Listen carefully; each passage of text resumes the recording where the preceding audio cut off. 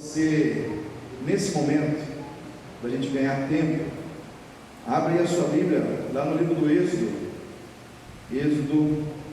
capítulo 32.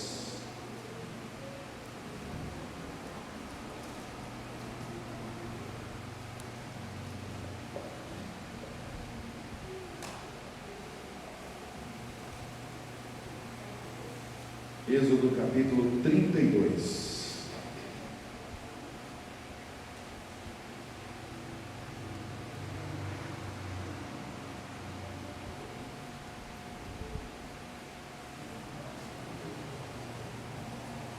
É um texto assim conhecido.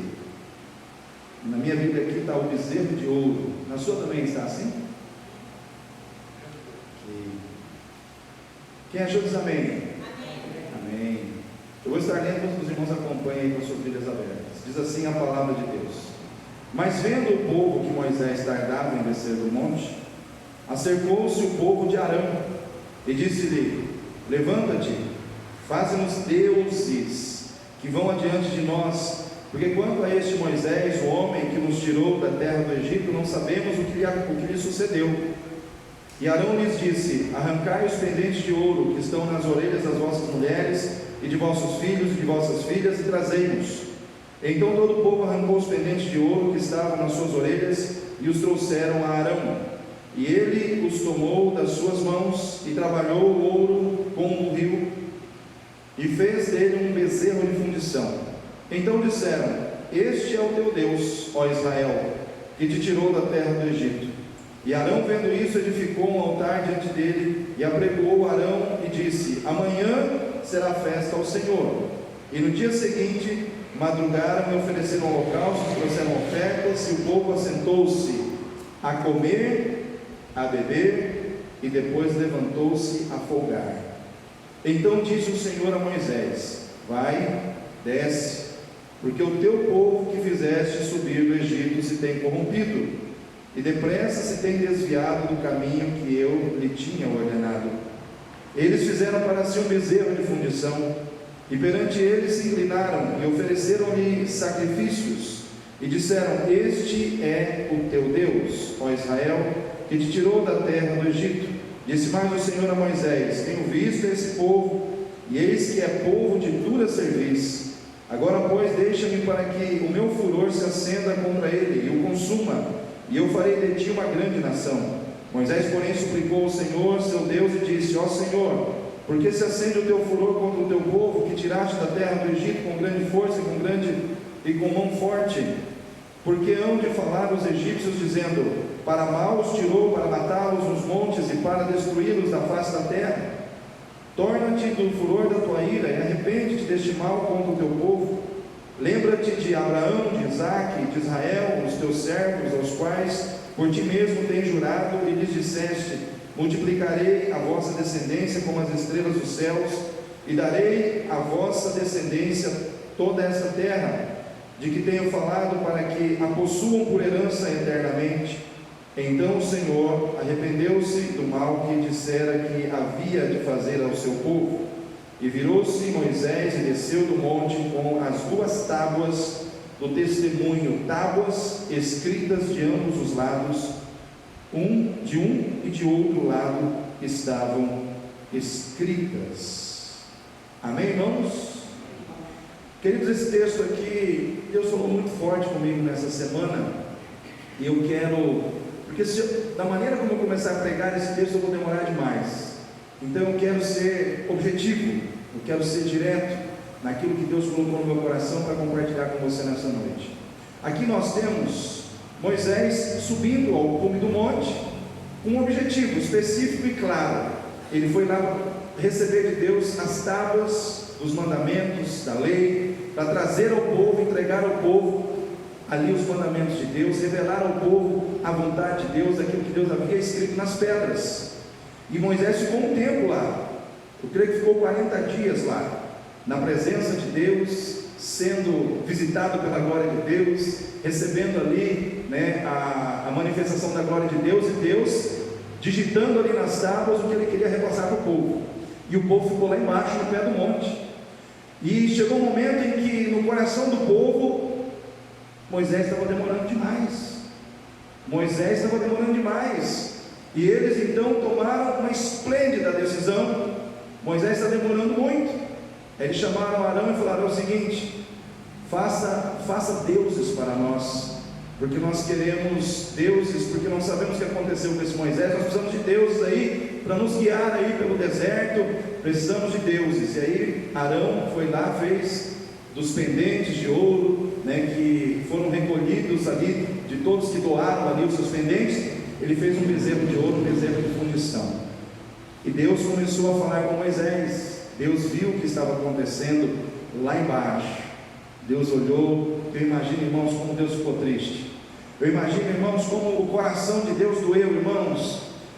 Às vezes a gente faz o coração de Deus doer. Queridos, é triste quando o Senhor olha para o seu povo, o povo que Ele tirou do Egito, tirou com mão forte, resgatou, e de repente aquele povo está lá, cultuando a outros deuses, adorando aquilo que não é Deus, não é Deus nenhum, mas eles estavam ali fazendo de coisas deuses em suas vidas. E eu fico pensando, irmãos, como nós estamos vivendo nesse tempo em que coisas têm se tornado deuses na vida de muitas pessoas. E só existe um Deus no céu, só existe um Deus verdadeiro que reina, que governa sobre todas as coisas. E esse Deus viu o que estava acontecendo na vida do seu povo. Eu quero dizer para você nessa noite: Deus vê o que acontece na sua vida, as coisas que alegram a Ele, as coisas que entristecem a Ele. Deus vê tudo, irmãos. Ele viu e Ele falou para Moisés: olha, desce, porque o povo se desencaminhou, o povo saiu do trilho, o povo saiu da minha vontade, o povo se desencaminhou, fizeram um bezerro de fundição. E aí Deus fala para Moisés: é o seguinte, esse povo é um povo de dura cerviz, deixa eu destruir todos eles, e de você eu farei uma grande nação. E aí Moisés diz: não, Senhor, não faça isso.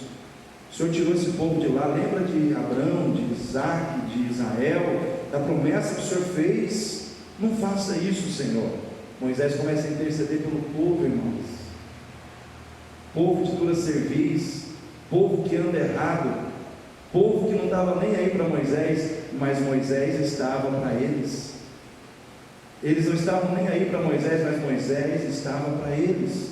Moisés estava, irmãos, intercedendo por eles, clamando a Deus por eles. E o Senhor disse: tá bom, Moisés, diz isso, vou ouvir o que você me pede, mas desce lá. Irmãos, o que Deus falou no meu coração sobre essa situação?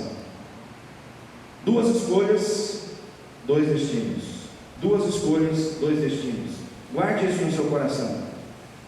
Nós temos a escolha de Moisés.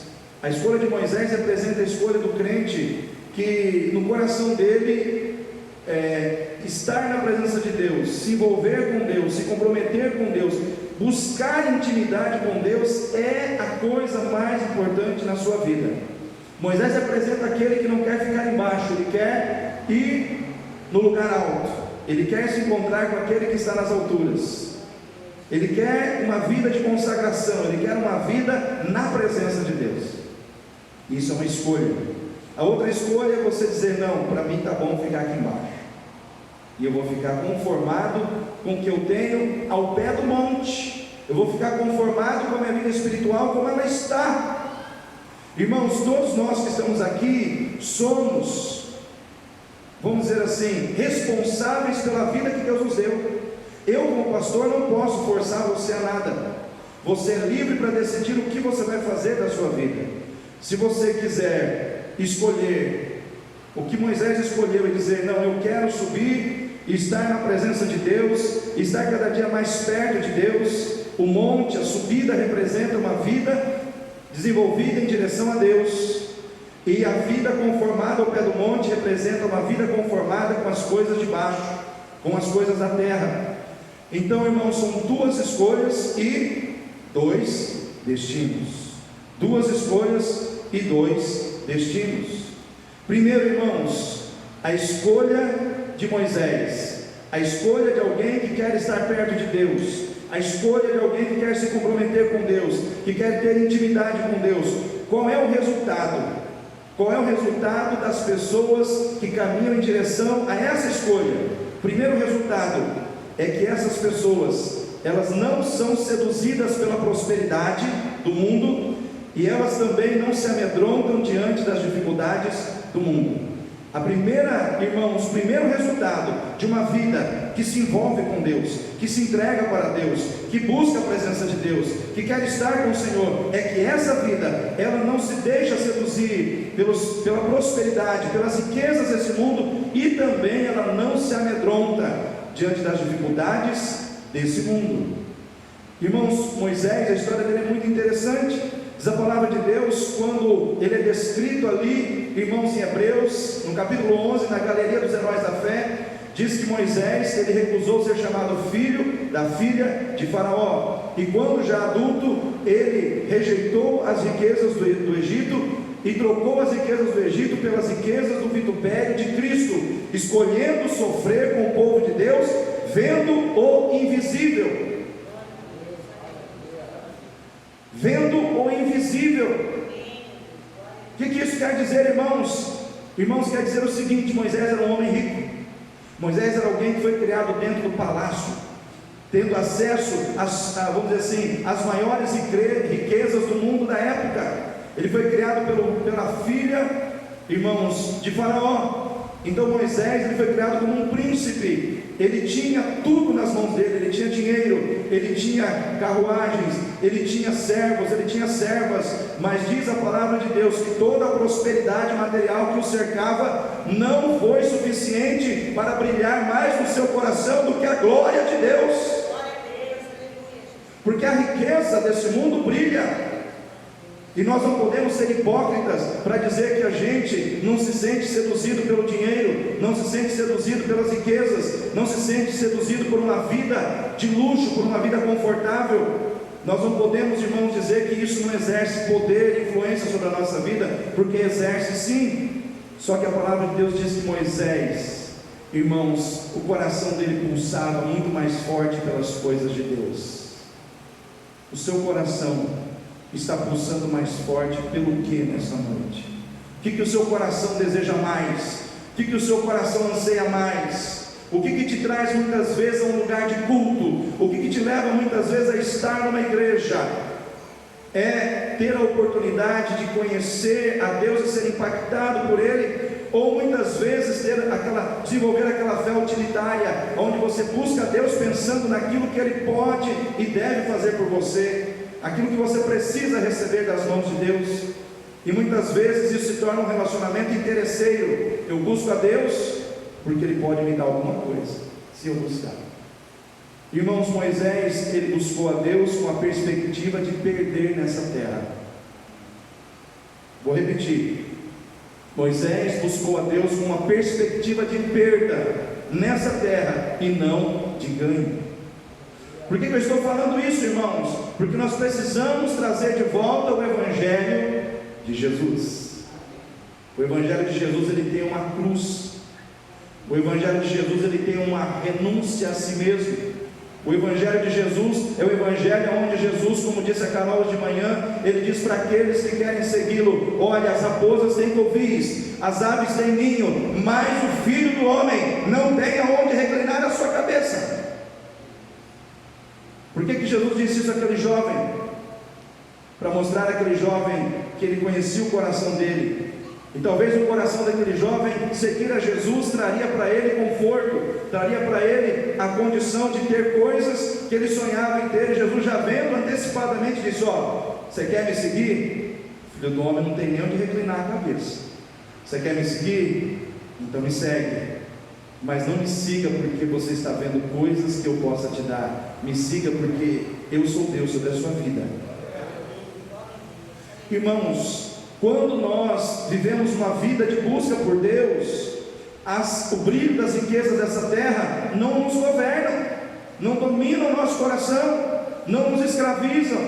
E hoje o que a gente tem visto de gente escravizada pelo dinheiro, pelo poder das coisas, e Deus não tem autoridade de pedir nada, Deus não tem autoridade de falar nada, Deus não tem autoridade de chamar essa pessoa a fazer qualquer coisa, porque o coração dela está muito envolvido com as coisas dessa terra. Quando eu estive aqui no sábado pela manhã com o Ministério de Louvor, Porque é que nem eu falo com o Lucas. O Lucas está governando o Ministério de Louvor, está dirigindo, mas eu como pastor estou em tudo que é ponto aqui. Se tem uma palavra para entregar, eu vou entregar. Eu tenho uma palavra para ministrar. E Deus me incomodou, irmãos, com aquela palavra lá em Lucas capítulo 14, versículo 16. Não vou pedir para você abrir, porque como eu disse, eu quero ser objetivo. Se você for ler a Bíblia, mas guarda aí, depois você lê em casa. Lá em Lucas 14, 16, ali fala da parábola do banquete. Lá é a parábola das bodas, que um homem, Jesus conta assim, um homem, ele fez um grande banquete, e ele disse ao seu servo, vai e chame os convidados. E aquele servo saiu e começou a chamar os convidados, e o primeiro convidado se recusou a estar presente, dizendo, não posso ir, porque eu comprei uma junta de bois, e eu preciso ver esses bois que eu comprei. Aí ele foi para o segundo convidado disse o seguinte, também não posso ir porque eu comprei um campo, e eu preciso ver esse campo. E aí ele foi para o terceiro convidado, e o terceiro convidado disse, não posso ir também, porque me casei, e tenho que cuidar agora do meu casamento. E aí aquele servo volta para o seu senhor, e diz, olha, a resposta foi essa. E o senhor daquele servo disse, indignado, disse, vá pelas cidades, pelos bairros, pelas ruas, e chame os cegos, os aleijados, os mancos, manda que eles entrem para a minha ceia. E assim aquele servo foi, chamou os cegos, os mancos, os aleijados, e eles entraram. E aquele servo disse, Senhor, tem espaço ainda, cabe mais gente. E aquele senhor disse, então vá pelos vales e valados, e chama todos que você encontrar, porque eu quero a minha casa cheia. Porém, aqueles que eu convidei, jamais entrarão na minha ceia. Irmãos, esse texto, ele fala, a mensagem desse texto, o ensino desse texto, é o seguinte, é a rejeição do reino pelos herdeiros do reino. É a rejeição do reino praticada pelos herdeiros do reino. Essa palavra, quando Jesus ministrou, ele ministrou primeiro visualizando os primeiros herdeiros do reino, que eram os judeus, os escribas, os fariseus, todos que estavam ali. Jesus estava falando dessas pessoas porque eles não estavam, irmãos, dando a atenção ao reino de Deus que eles deveriam dar. Eles não conseguiam ver, irmãos, o Salvador que estava diante deles. Só que hoje os herdeiros do reino não são mais os judeus, os herdeiros do reino somos nós. E nós corremos o risco de rejeitarmos o reino de Deus como eles rejeitaram lá atrás. E o motivo da rejeição, irmãos, não são coisas pecaminosas. Porque eu pergunto para os irmãos, comprar boi é pecado? Comprar um campo é pecado? Casar é pecado? Não é, irmãos. Só que essas coisas todas, que são coisas boas, elas se tornaram coisas ruins na vida daquelas pessoas, porque o brilho dessas coisas ofuscou o brilho do reino de Deus no coração delas. O que esse texto quer dizer para nós? Que muita gente vai deixar de estar na glória com Deus, muitas vezes não por causa do pecado, mas porque deram uma atenção excessiva aos cuidados com as coisas dessa vida. Deram uma atenção excessiva ao cuidado com as coisas dessa vida. O dinheiro, o emprego, o prazer, as coisas que o mundo oferece e que aparentemente não são pecado, mas está tirando muita gente da presença de Deus. Está tirando muita gente da igreja, está tirando muita gente de uma vida de oração, está tirando muita gente de uma vida de comunhão com Deus. O amor ao dinheiro é a raiz de todos os males. Não é o dinheiro, é o amor ao dinheiro. Porque ter dinheiro, irmãos, não é problema. Ter dinheiro não é pecado. O problema é quando você ama o dinheiro. E aí você se torna aquela pessoa gananciosa. Você se torna aquela pessoa que você não compartilha nada com ninguém. Você não abre a mão para ajudar uma pessoa que está na sua frente ali, que você pode ajudar, você tem condição de ajudar, mas você não ajuda, porque o amor ao dinheiro não deixa você fazer isso. Irmãos, a palavra de Deus diz 1 João 2, 15 e 16: não ameis o mundo, nem aquilo que no mundo há, porque aquele que ama o mundo, o amor do Pai não está nele. Isso é o versículo 15. O 16: porque a concupiscência da carne, a concupiscência dos olhos e a soberba da vida não procede do Pai, mas do mundo. Irmãos, concupiscência dos olhos, desejo exagerado por aquilo que a gente vê e quer. Sabe aquela pessoa que ela olha uma coisa e aquilo domina a vida dela, ela não consegue se libertar daquilo? Concupiscência exagerada por aquilo que se vê. Concupiscência da carne, desejo exagerado pelas coisas da carne. Mas a soberba da vida quase ninguém fala, e ela é que está em moda nos dias de hoje. Sabe o que é a soberba da vida? Soberba da vida é o orgulho pelas coisas materiais que você tem nessa vida. É aquele orgulho. Sabe aquela pessoa que ela enche a boca para falar da televisão dela de 65 polegadas? Aquela pessoa que enche a boca para falar da casa, do carro que tem, mas ela não enche a boca da mesma forma para falar de Jesus. Ela não enche a boca para falar da salvação, ela não enche a boca para falar das coisas espirituais. Ela se sente feliz porque ela tem uma televisão de 65 polegadas. Ela se sente feliz porque ela tem. Mas se ela não tiver, a alegria dela vai embora, porque a alegria dela está no ter. E o Senhor não te chamou para ter, Ele te chamou para ser dele. Uma pessoa que tem intimidade com Deus, as coisas dessa vida não brilham na vida dela mais do que Jesus. As coisas desse mundo não brilham mais para ela do que o brilho de Jesus. Irmãos, Moisés era esse tipo de pessoa. Uma pessoa que tem intimidade com Deus, ela também não se amedronta diante das dificuldades, dos problemas que ela tem que enfrentar. Irmãos, se tem um lugar onde tem dificuldade, problema com fartura, é no deserto. E era para lá que Moisés, foi para lá que Deus mandou Moisés. Um lugar onde muitas vezes você não encontra água para beber, um lugar onde você muitas vezes não encontra comida para comer. Só que Moisés estava lá. Ele estava lá. Ele se livrou do brilho da prosperidade, mas ele teve que agora enfrentar o impacto da adversidade, o impacto dos problemas, o impacto da dureza da vida. Como tem gente, irmãos, que amolece, que estremece quando começa a enfrentar problemas, começa a enfrentar desertos. E Moisés, irmãos, por ser uma pessoa que tinha intimidade com Deus, o coração dele não era seduzido pela riqueza do mundo, pela prosperidade do mundo, mas também não era amedrontado, ou medroso, ou covarde, diante das lutas que ele tinha que enfrentar. Senhor, tem que enfrentar deserto? Eu vou enfrentar. Tem que passar pelo deserto? Eu vou passar. Porque eu acredito que, por mais que seja deserto, nesse deserto o Senhor vai trazer providência sobre a minha vida. Porque quando nós temos intimidade com Deus, irmãos, não são as riquezas, não são os problemas que mandam na nossa vida, mas a nossa fé no Deus que governa a nossa vida. E Moisés tinha uma vida governada por Deus.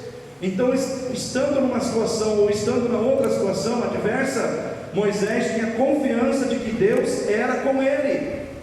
E eu quero perguntar para você nessa noite: Deus é contigo? Deus é contigo, irmão? Então por que reclamas? Por que murmuras? Por que questionas? Se Deus é contigo, enfrenta. Se Deus é contigo, caminha. Se Deus é contigo, entenda que é deserto, mas no deserto com Deus sai água da rocha.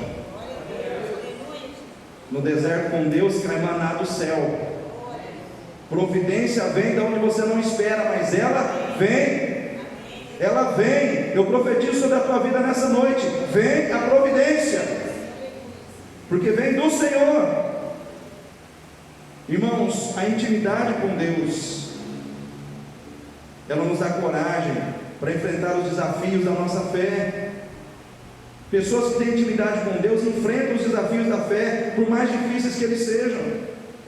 Às vezes Deus coloca desafios para mim e para você, e nesses desafios, o objetivo de Deus neles não é nos destruir, nos humilhar, mas é nos prosperar, é nos promover e é exaltar a nossa fé diante dos nossos problemas.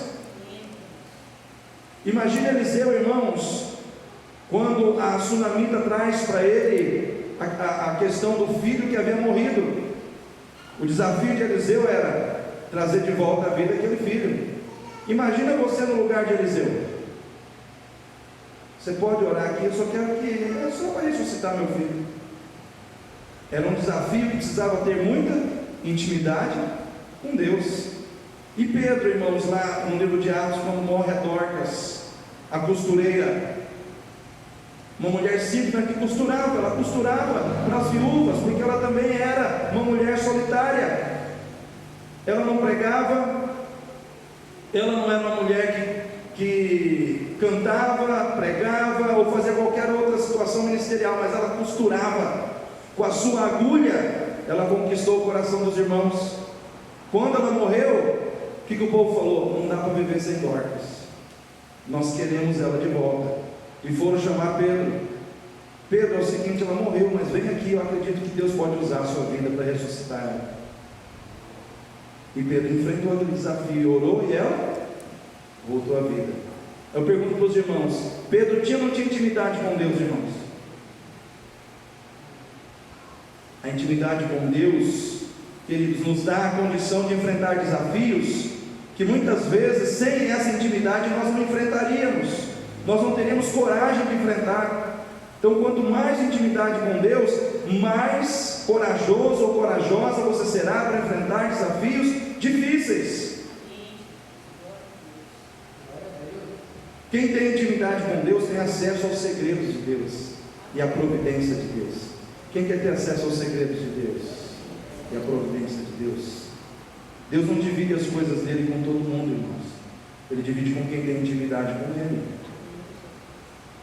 Quando o Egito passou por 7 anos de vacas gordas e depois passou por 7 anos de vacas magras, Deus revelou toda essa questão para quem, irmãos? Para José. Mas pastor, o faraó também teve um sonho. Ok, o faraó teve um sonho. Ele não tinha intimidade com Deus, mas Deus usou o sonho de faraó para exaltar a intimidade que ele tinha com José. Porque Deus queria mostrar naquela terra que havia alguém naquele lugar que tinha intimidade com ele. E quando José chegou lá, aquilo que ninguém sabia, ele sabia. O problema é que ninguém sabia resolver, ele sabia. Porque Deus colocou no coração dele a revelação dos seus segredos. Deus compartilhou com José coisas tremendas. Irmãos, que aqueles que não tinham intimidade com Deus não conseguiam entender o que estava acontecendo. E nessa noite eu quero dizer, Deus continua procurando homens e mulheres nesse tempo para dividir segredos, para dividir coisas íntimas que Ele quer revelar, coisas maravilhosas com quem Ele quer dividir situações. Ele quer dividir, e se nessa noite Deus quiser dividir algo íntimo do seu coração, para a edificação de outras vidas, Ele vai achar em você a pessoa com quem Ele pode dividir, porque você tem intimidade com Ele. Isso é uma pergunta que você tem que responder a Deus. Irmãos, quem ouviu falar de George Miller? George Miller, ele ficou conhecido como o homem que teve mais de 50 mil orações respondidas por Deus. Um homem que tinha uma profunda intimidade com Deus. Irmãos, um homem que eu até escrevi aqui algumas coisas sobre ele. Que George Miller, ele orou pela construção de um orfanato, e ele fundou 5 orfanatos. Em suas escolas cristãs, milhares de pessoas foram instruídas. Pregou o Evangelho do Senhor Jesus Cristo a mais de 3 milhões de pessoas em vários países. Distribuiu Bíblias, Novos Testamentos, folhetos em muitas nações. Fez tudo isso sem pedir recursos a nenhuma pessoa, somente a Deus. Somente a Deus. Eu pergunto para os irmãos, uma pessoa assim, tem ou não tem intimidade com Deus? Irmão George Miller era uma pessoa que, por mais que ele estivesse necessitando de alguma coisa, e nos orfanatos dele, às vezes necessitava de comida, ele não pedia para ninguém, ele pedia para Deus. E conta-se uma história que ele estava, certo dia, ele mandou a criançada sentar em torno de uma mesa gigante, e as mulheres da cozinha disseram: não tem nada para servir para as crianças. Ele falou: arrume os pratos. Mas não tem nada, não tem comida nenhuma, acabou tudo. Arrume os pratos e mande as crianças se assentarem. E as crianças se assentaram, e ele se assentou lá no ponto da mesa, e ele começou a agradecer e dizer: Senhor, eu te agradeço pelo alimento, porque o Senhor nunca deixou faltar, e nesta noite também não faltará. Ele terminou de orar, um carro parou na porta, e era um carro de um oficial da rainha, porque ele era inglês. E ele disse: olha, fizemos um banquete lá, e eu não sei, sobrou muita coisa, e algo no meu coração disse que eu tinha que trazer para cá. Irmãos, quem que falou isso para o coração daquele homem? Foi o Senhor que ouviu as orações de George Miller. Eu quero dizer para você, o teu Deus, Ele age de maneira tremenda para te abençoar, quando você entende que você tem que buscá-lo em primeiro lugar na sua vida. Irmãos, quando nós temos intimidade com Deus, irmãos, Deus trabalha para nos dar coisas que nós precisamos para que Ele seja glorificado em nossas vidas. Deus quer ser glorificado na sua vida, Deus quer ser exaltado na sua vida. Quando nós temos intimidade com Deus, queridos, nós lutamos pela honra de Deus, nós lutamos pela vitória do povo de Deus, ainda que o povo de Deus não mereça. Diz a palavra de Deus que o Senhor viu o povo se perdendo, e o Senhor disse assim: vou exterminar esse povo, Moisés, de ti farei uma nação. O que Moisés fez, irmãos? Ele, naquele momento, ele foi provado diante daquela situação, daquele sentimento de autoexaltação. Nossa, eu posso formar uma nação a partir de mim, eu tenho condição agora de todo mundo morrer e eu formar uma grande nação. Mas naquele momento, ele não se deixa seduzir por nada disso, e ele ora e diz: Senhor, não, Senhor, poupa o teu povo. E o que dirão do Senhor, se o Senhor matar esse povo aqui? Vão dizer que o Senhor tirou o povo do Egito e matou ele no deserto. Naquele momento ele se preocupou com a honra de Deus. O Senhor precisa ser honrado aos olhos das nações. O Senhor precisa ser honrado aos olhos dos egípcios. O Senhor precisa ser honrado aos olhos das nações que ouviram falar do Senhor. E esse povo, eu não posso, porque eu não sou melhor do que eles, eu sou como eles também. Uma pessoa que tem intimidade com Deus, ela não pensa só em si mesma, ela pensa nos outros, ela é altruísta, ela se doa, ela se entrega pelos outros, mesmo quando os outros não fazem o mesmo por ela. Porque nem sempre as pessoas por quem você tem que se doar farão o mesmo por você. E às vezes dentro da sua casa você fala: nossa, mas sempre sou eu que tenho que me doar mais, sempre sou eu que tenho que dar o primeiro passo, sempre sou eu que tenho que fazer, o outro não faz, o fulano não faz. Mas se você continuar fazendo, o outro vai fazer, o fulano vai fazer também. Não desista de ser o canal através de quem Deus vai fazer, porque alguém precisa fazer. Nós não podemos desistir porque os outros já desistiram, nós não podemos parar porque os outros pararam. Nós temos que fazer porque o Senhor é conosco e Ele vai nos dar a vitória no final. Ele vai nos dar a vitória. Você não está aqui para ser mais um na multidão dos que desistiram. Você não está aqui para ser mais um na multidão daqueles que se entregaram ao pecado. Você não está aqui para ser mais um na multidão daqueles que ficaram no meio do caminho. Você está aqui para ir além com o Senhor. para ir adiante, para vencer o mundo. Você está aqui para fazer a diferença. Assim como Moisés fez a diferença na vida daquele povo. Não uma diferença negativa, mas uma diferença positiva. Quando a gente tem intimidade com Deus, irmãos, uma pessoa que tem intimidade com Deus, Deus muda até aquilo que Ele havia determinado de fazer para atender o coração de uma pessoa que tem intimidade com Ele. Deus estava pensando em fazer algo e Moisés pediu e Ele reconsiderou. Irmãos, eu me lembro também do rei Ezequias. Deus mandou o profeta Isaías dizer para ele: põe a tua casa em ordem, porque morrerás e não viverás. Diz a palavra de Deus que Ezequias foi para a parede. Foi para a parede. Não sei se ele fez que nem o Kiko, né? Colocou o rosto na parede, chorou e pediu para o Senhor vida. Ele disse: Senhor, os mortos não te louvarão, porém se o Senhor me der vida, eu te louvarei. Isaías estava saindo já pelos portais do palácio. Deus falou: volta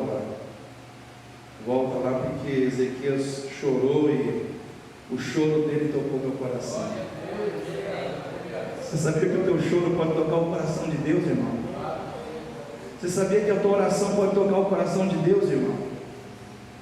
Deus mudou de ideia, porque alguém tinha intimidade com Ele. Irmão, Jesus estava lá nas bodas de Caná da Galileia. Acabou o vinho, não tem mais vinho, não tem mais alegria. O vinho representava a alegria da festa, e aquele casamento aparentemente havia perdido a alegria da festa. Muitas vezes, queridos, os casamentos, pela influência do mundo, estão correndo o risco de perder a alegria, os casais de perderem a alegria dentro do seu casamento. E naquele momento, irmãos, acaba ali o vinho, e aí diz que Maria, mãe de Jesus, vai e fala com ele. Ele diz que tenho eu contigo, mulher. Porém, ela tinha intimidade com ele. Tinha ou não tinha, irmãos? Jesus falou. Aí ela disse assim: fazei tudo o que ele vos disser. Jesus mandou todo mundo, os serviçais, pegarem lá os potes de água, e ele transformou a água. Havia uma determinação, o Senhor disse: não é chegada a minha hora, mas porque alguém que tinha intimidade com Ele pediu, Ele fez. Ele fez. Por que eu estou dizendo isso para você nessa noite? Porque Deus me manda dizer isso para você. Porque às vezes você acha que a sua oração não pode muita coisa. Eu vou dizer: pode. Sabe quem é que quer que você, sabe quem é o ser que quer que você acredite que orar não faz diferença nenhuma? O diabo. Porque ele sabe que se você orar, Deus vai fazer. Deus vai começar a operar, Deus vai começar a agir. Você precisa entender que a sua escolha vai trazer coisas tremendas sobre a sua vida. Eu tenho certeza, porque já é 9 horas, eu não vou conseguir entrar na segunda escolha, eu estou só na primeira ainda.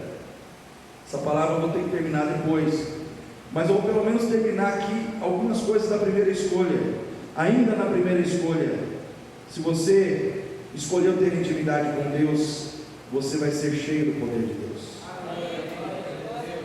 Você vai ser cheio do poder de Deus. Quem quer ser cheio do poder de Deus? Irmãos, quando lá no Monte da Transfiguração, Jesus sobe com Pedro, Tiago e João, e lá desce Elias, desce Moisés, e desce a glória de Deus naquele lugar. Irmãos, todos ficam cheios da presença de Deus. E aí Jesus desce, e havia um pai desesperado lá embaixo, com um filho possuído por um demônio, um espírito epilético, que lançava o rapaz na água e no fogo, tentando matar aquele rapaz. E os discípulos que ficaram lá ao pé do monte, eles não conseguiram expulsar o demônio daquele rapaz. Sim ou não, irmãos? Mas quando Jesus desce cheio do poder de Deus, ele diz ao demônio: sai, e ele saiu. Os crentes que estavam buscando a presença de Deus desceram muito mais cheios do poder de Deus do que aqueles que ficaram. Porque os que estavam lá embaixo eram discípulos também, sim ou não? mas não conseguiram. O que eu quero dizer para você nessa noite? Se você buscar mais a presença de Deus, você vai conseguir alcançar coisas que determinados crentes não estão conseguindo. Você vai conseguir vencer situações que determinados crentes não estão vencendo. Você vai conseguir atingir situações que determinados crentes não estão atingindo. Por quê? Porque você está buscando a presença de Deus. E a intimidade com Ele te dará poder para vencer coisas que sem isso você não venceria. Essa palavra é para te levantar nessa noite, querido. Você precisa acordar para a sua vida espiritual. Deus não quer que você fique aqui conformado com aquilo que você já alcançou, porque Deus tem coisas maiores para te entregar. Deus tem níveis maiores para você alcançar. Deus tem coisas maiores para te entregar, mas isso virá se você buscar. E encerrando essa palavra, encerrando a primeira escolha, numa outra oportunidade eu vou falar sobre o povo da segunda escolha. Encerrando a primeira escolha, aquele que busca intimidade com Deus, ele não consegue caminhar sem a presença de Deus. Quem quer a presença de Deus aí? Irmãos, no capítulo 33 de Êxodo, depois você lê na tua casa. Aqui nós lemos o 32, o bezerro de ouro. O 33 fala que Deus, depois de tudo que aconteceu, Deus falou: ó, Moisés, é o seguinte, eu vou mandar um anjo com vocês, eu vou fazer vocês entrar na terra prometida, tudo que eu prometi eu vou dar, mas eu não poderei ir com vocês, porque o coração do povo é obstinado, e eu posso exterminar o povo, eu posso fulminar o povo, se eu for no meio do povo. Sabe o que Moisés falou, irmãos, para Deus? Falou: Senhor, a terra prometida é muito boa. Irmãos, Moisés falou para Deus: Deus, é muito bom, a terra prometida é maravilhosa, ter um anjo conosco é muito bom, mas Senhor, se a presença do Senhor não for conosco, nós não sairemos deste lugar. Porque mais importante do que o anjo, mais importante do que as bênçãos, é a presença do Senhor. Eu não abro mão da sua presença. Eu não abro mão da sua presença. Eu quero perguntar para você nessa noite: o que tem sido mais importante na sua vida nesse tempo? As bênçãos que Deus vai te dar? Os anjos que Deus tem mandado para te guardar? Ou a presença de Deus em todo o tempo contigo? O que tem sido mais importante para você? O que tem queimado o seu coração? O que tem determinado o rumo da sua vida? Irmãos, sem a presença de Deus, nós não podemos aceitar avançar. Precisamos buscar a presença dEle todos os dias, amém? Fique em pé nesse momento.